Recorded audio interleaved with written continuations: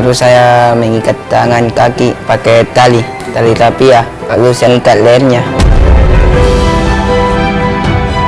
Pada saat korban sedang asik melakukan kegiatannya bermain dengan laptop, dieksekusi oleh para pelaku dengan cara menyekap sampai membantingkan kepala korban sampai tewas.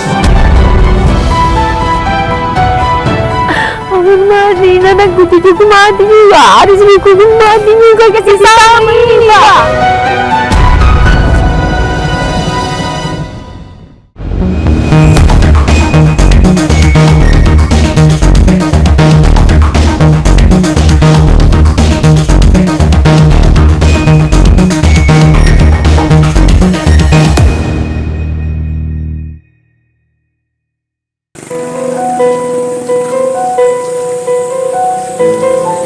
Kasus penculikan anak dengan sejumlah motif terjadi di tanah air. Di Makassar, Sulawesi Selatan, seorang bocah berusia 11 tahun diculik dan dibunuh oleh 2 orang tak dikenal. Penculik tega melakukan hal keji tersebut karena tergiur tawaran jual beli ginjal di sosial media. Awalnya ada masyarakat yang melapor tentang anak hilang. Itu hari Minggu. Hari Minggu jam 8 malam, orang tua si korban ini melapor bahwa anaknya hilang. Dari laporan tersebut, tentunya polisi sudah langsung menindaklanjuti kejadian apa atau peristiwa apa yang sebenarnya terjadi. Dari keterangan-keterangan para saksi kita kumpulkan, sehingga kita simpulkan bahwa anak ini diambil oleh seseorang yang diduga pelaku. Salah seorang tersangka FS dibekuk petugas di kediamannya di Jalan Ujung Bori, Manggala, Makassar, Sulawesi Selatan. Sementara tersangka utama yang masih di bawah umur ditangkap terlebih dahulu.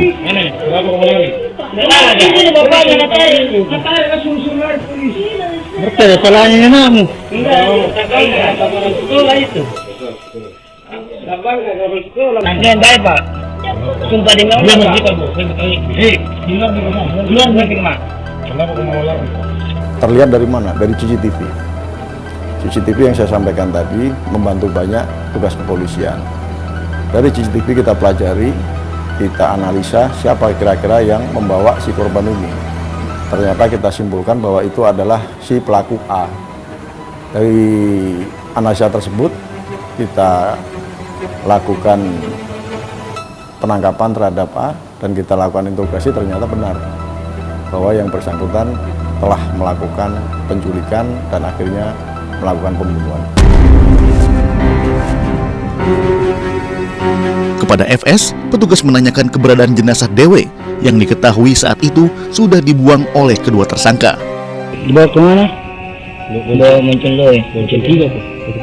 Sampai Mencel 3 kok. 3 aja. Berapa motor kok? 1. Sampai di Menceloi. Terus kenapa nih? Buang.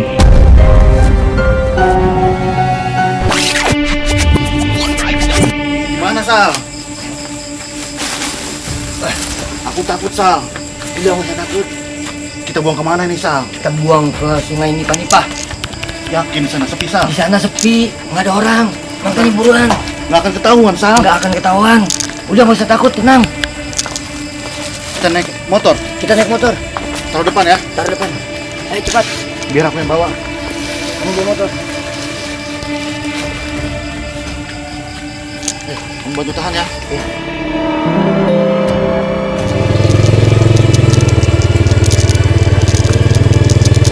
Berhenti depan sana. Di sana kita buang. Di sini. Iya. Ya sudah. Aman di sini. Aman. Cepat. Tarik, kamu tarik.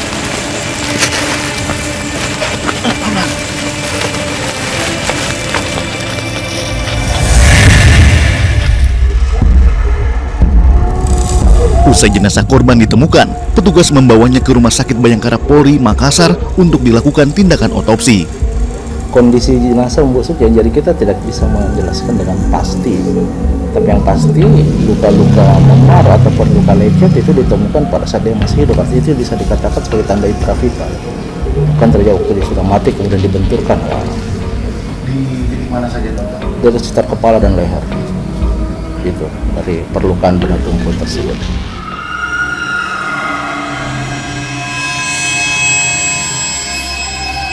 ini adalah lokasi di mana DW, korban, dibuang oleh pelaku FS dan AD. Bisa dibilang ini ketinggiannya sekira 10 meter, kurang lebih 10 meter. Dia dibuang, diangkat dari sini. Jadi tersangka dua orang tersangka itu mengangkat DW dan membuangnya, jatuh ke bawah, lalu mereka pergi. Nah, di sini bisa terlihat siang hari saja suasananya terlihat sangat sepi, hanya beberapa kendaraan yang lewat. Sangat terbayang bila ini adalah di malam hari. Dan saat ini hari sudah gelap. Saat ini jam menunjukkan hampir pukul 8. Persis sama seperti saat kedua pelaku membuang jasad DW ke bawah jembatan ini, ke jembatan Nipa-Nipa. Dan suasana di sini sangat-sangat gelap dan sepi, hampir sama dengan kondisi siang hari. Kami di sini hanya mengandalkan lampu dari pencahayaan dari kamera, dan ke bawah pun memang sangat-sangat gelap, tidak terlihat apa-apa. Dan di sini jasad DW dibuang oleh kedua pelaku. Kasus pembunuhan DW pun berbuntut panjang. Warga di lingkungan tinggal tersangka marah. Mereka melampiaskan emosi dengan merusak rumah dan warung milik kedua orang tua tersangka AD maupun FS.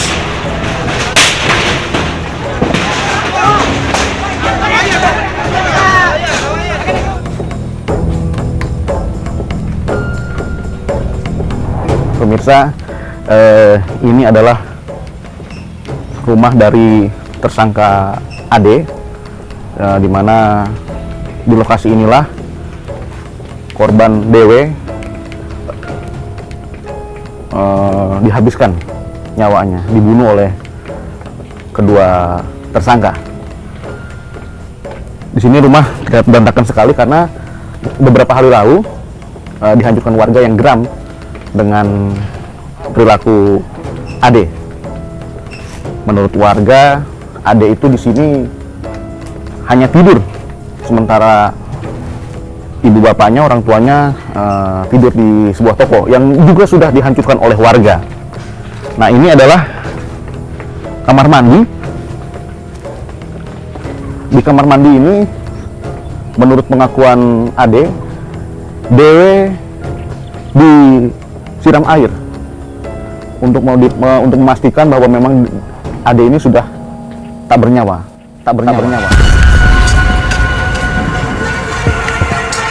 Saat tim liputan iNewsFile berada di lokasi kejadian, kepada kami ketua RT setempat menyampaikan bahwa selama ini keluarga tersangka jarang berinteraksi dengan tetangga dan kerap bermasalah. Lingkungan rumah yang tertutup membuat aktivitas keluarga AD tidak terpantau. Mereka ini katanya Pak tertutup dengan warga, apa benar demikian Pak? Kalau ini Pak memang tertutup Pak, tidak pernah ada komunikasi dengan warga di sini. Tertutup, betul. Tidak bertemu dengan warga. Betul. Saya pribadi ini Pak, saya selama ketua RT di sini, orangnya lagi saya tidak kenal. Selanjutnya tim liputan iNewsFile akan menemui salah satu tersangka di Polrestabes Makassar. Bagaimana peristiwa keji ini bisa terjadi? iNewsFile akan kembali sesaat lagi.